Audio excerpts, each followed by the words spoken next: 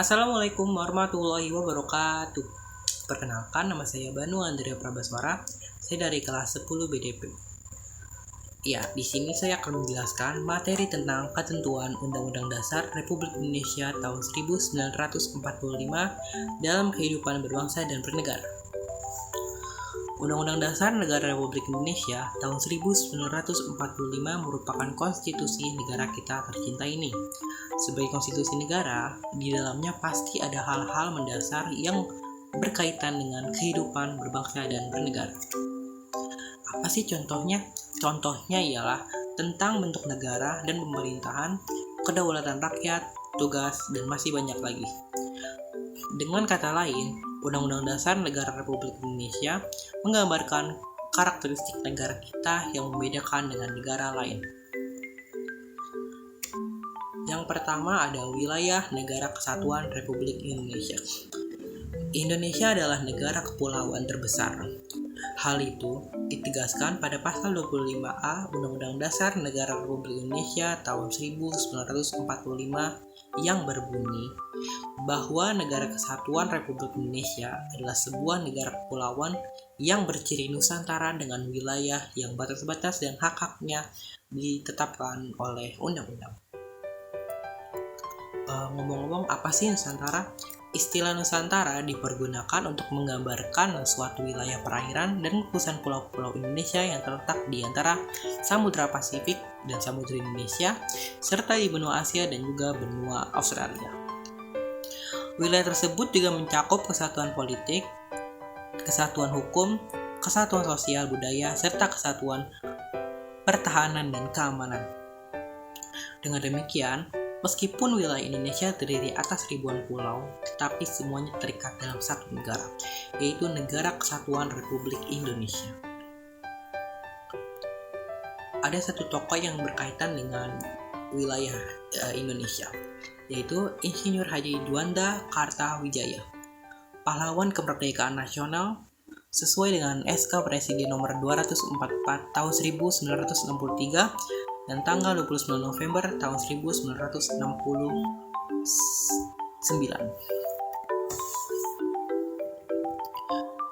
Deklarasi Juanda bahwa perairan di sekitar, di antara, dan yang menghubungkan pulau-pulau yang termasuk dalam daratan Republik Indonesia dengan tidak memandang luas atau lebarnya adalah bagian yang wajar dari wilayah daratan negara Republik Indonesia dan dengan demikian merupakan bagian daripada perairan perdalaman atau perairan nasional yang berdiri di bawah kelautan negara Republik Indonesia.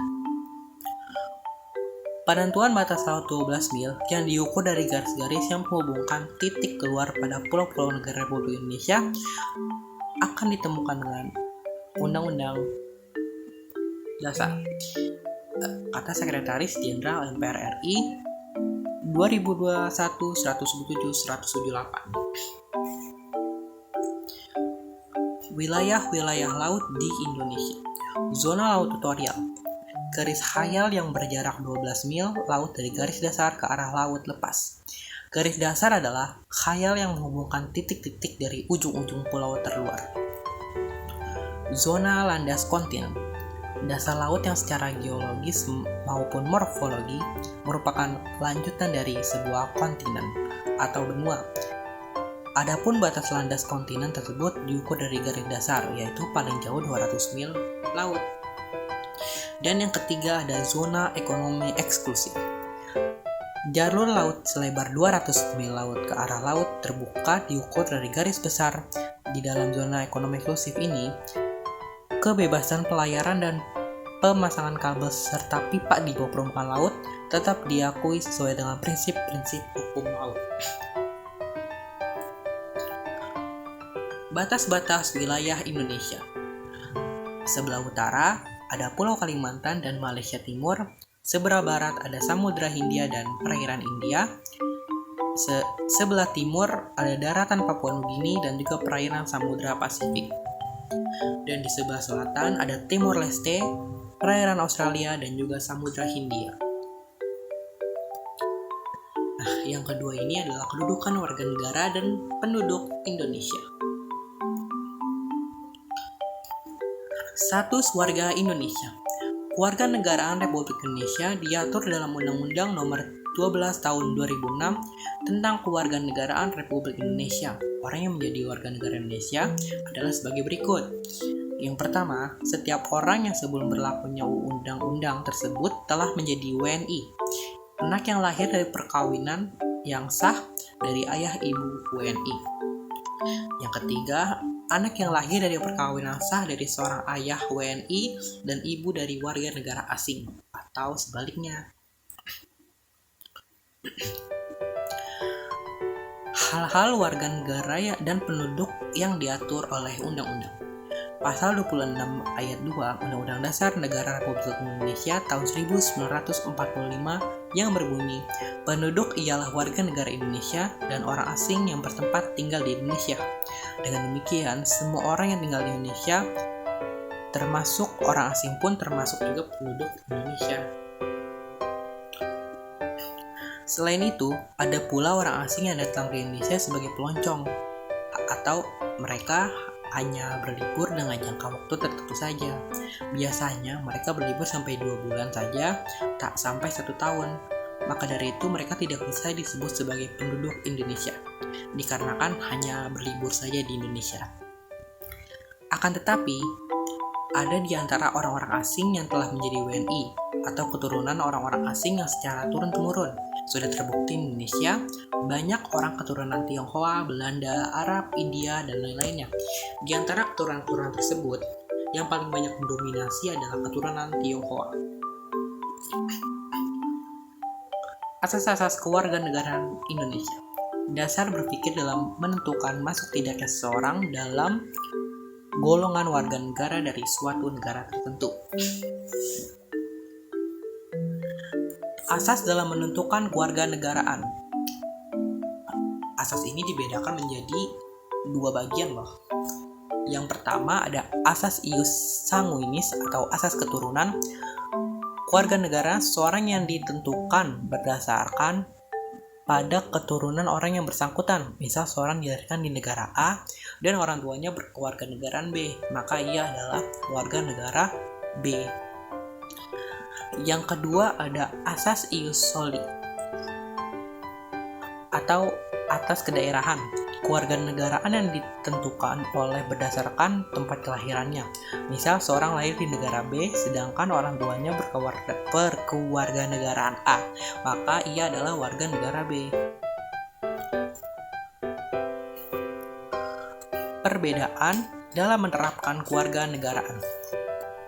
Asas ius soli maupun asas ius sanguinis yang dapat menimbulkan kemungkinan status kewarganegaraan seseorang. Yang pertama ada arbitrary, adanya seorang penduduk yang sama sekali tidak mempunyai kewarganegaraan. Misalnya seseorang keturunan bangsa A yang menganut ius soli dan negara B menganut ius sanguinis, maka orang tersebut adalah warga negara A, tidak bisa menjadi warga negara B. Yang kedua ada bipartite, adanya seseorang penduduk yang mempunyai 2 macam kewarganegaraan sekaligus.